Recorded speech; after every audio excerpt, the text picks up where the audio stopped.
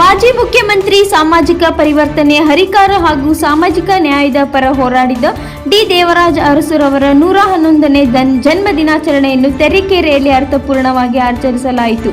ತಾಲೂಕು ಆಡಳಿತ, ತಾಲೂಕು ಪಂಚಾಯಿತಿ, ಪುರಸಭೆ ಹಾಗೂ ತಾಲೂಕು ಹಿಂದುಳಿದ ವರ್ಗಗಳ ಕಲ್ಯಾಣ ಇಲಾಖೆ ಇವರ ಸಂಯುಕ್ತ ಆಶ್ರಯದಲ್ಲಿ ಆಯೋಜಿಸಿದ್ದ ಕಾರ್ಯಕ್ರಮದಲ್ಲಿ ಮಾತನಾಡಿದ ತಹಶೀಲ್ದಾರ್ ರಶ್ಮಿ, ಎಚ್.ಜಿ. ದೇವರಾಜ ಅರಸು ಅವರ ಸಾಮಾಜಿಕ ನ್ಯಾಯಕ್ಕಾಗಿ ಶ್ರಮಿಸಿದ ಮಹಾನ್ ನಾಯಕರಾಗಿದ್ದು, ಸಮಾಜದಲ್ಲಿ ಶೋಷಣೆಗೆ ಒಳಗಾದವರನ್ನು ಮುಖ್ಯವಾಹಿನಿಗೆ ತರುವಲ್ಲಿ ಮಹತ್ವದ ಪಾತ್ರ ವಹಿಸಿದ್ದರು ಎಂದು ಹೇಳಿದರು.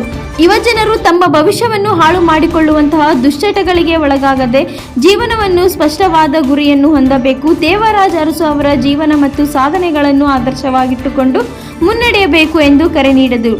ದೇವರಾಜ ಅರಸು ವೇದಿಕೆಯ ಅಧ್ಯಕ್ಷ ಟಿ.ವಿ. ಶಿವಶಂಕರಪ್ಪ ಮಾತನಾಡಿ, ಇಂದಿನ ಯುವ ಸಮುದಾಯ ತಂದೆ ತಾಯಿಯನ್ನು ಪ್ರೀತಿ ವಿಶ್ವಾಸದಿಂದ ನೋಡಿಕೊಳ್ಳುವ ಜವಾಬ್ದಾರಿಯನ್ನು ಮರೆಯಬಾರದು. ಪೋಷಕರನ್ನು ಕಡೆಗಣಿಸುತ್ತಿರುವ ಪ್ರವೃತ್ತಿ ಹೆಚ್ಚಾಗುವುದು ವಿಷಾದನೀಯವಾಗಿದ್ದು, ಕುಟುಂಬದ ಬಾಂಧವ್ಯವನ್ನು ಉಳಿಸಿಕೊಳ್ಳುವುದು ಪ್ರತಿಯೊಬ್ಬರ ಕರ್ತವ್ಯವಾಗಿದೆ ಎಂದರು.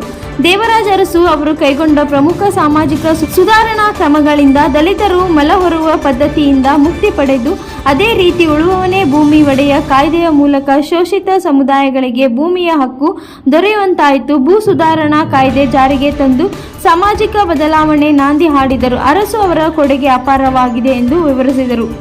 ಕಾರ್ಯಕ್ರಮದಲ್ಲಿ ಅಜ್ಜಂಪುರ ತಾಲೂಕು ಪಂಚಾಯಿತಿ ಕಾರ್ಯನಿರ್ವಹಣಾಧಿಕಾರಿ ಎಂ.ಕೆ. ವಿಜಯಕುಮಾರ್, ತರೀಕೆರೆ ಪುರಸಭಾ ಸದಸ್ಯ ದಾದಾಪೀರ್, ಬಿಇಒ ಪರಶುರಾಮಪ್ಪ, ಮುಖ್ಯಾಧಿಕಾರಿ ತಾರೇಹ, ತಸೀಮಾ, ಟಿ.ಆರ್. ಅಶೋಕ್ ರಾಜ್ ಅವರು, ಉಪವಿಭಾಗಾಧಿಕಾರಿ ನಟೇಶ್ ಸೇರಿದಂತೆ ವಿವಿಧ ಗಣ್ಯರು ಉಪಸ್ಥಿತರಿದ್ದರು. ತರೀಕೆರೆ ಟೌನ್ ಕ್ಲಬ್ ವತಿಯಿಂದ ಅಧ್ಯಕ್ಷ ನರೇಂದ್ರ ಹಾಗೂ ಸದಸ್ಯ ಸಹಯೋಗದಲ್ಲಿ ಪ್ರತಿಭಾವಂತ ವಿದ್ಯಾರ್ಥಿಗಳಿಗೆ ಬಹುಮಾನ ವಿತರಿಸಲಾಯಿತು. ಟಿ.ಆರ್. ಅಶೋಕ್ ರಾಜ್ ಅರಸ್ ಸ್ವಾಗತಿಸಿದರು. ಲೋಕೇಶ್ ವಂದನಾರ್ಪಣೆ ಸಲ್ಲಿಸಿದರು. ವರದಿ ಪ್ರದೀಪ್, ಎಚ್.ಇ. ತರೀಕೆರೆ.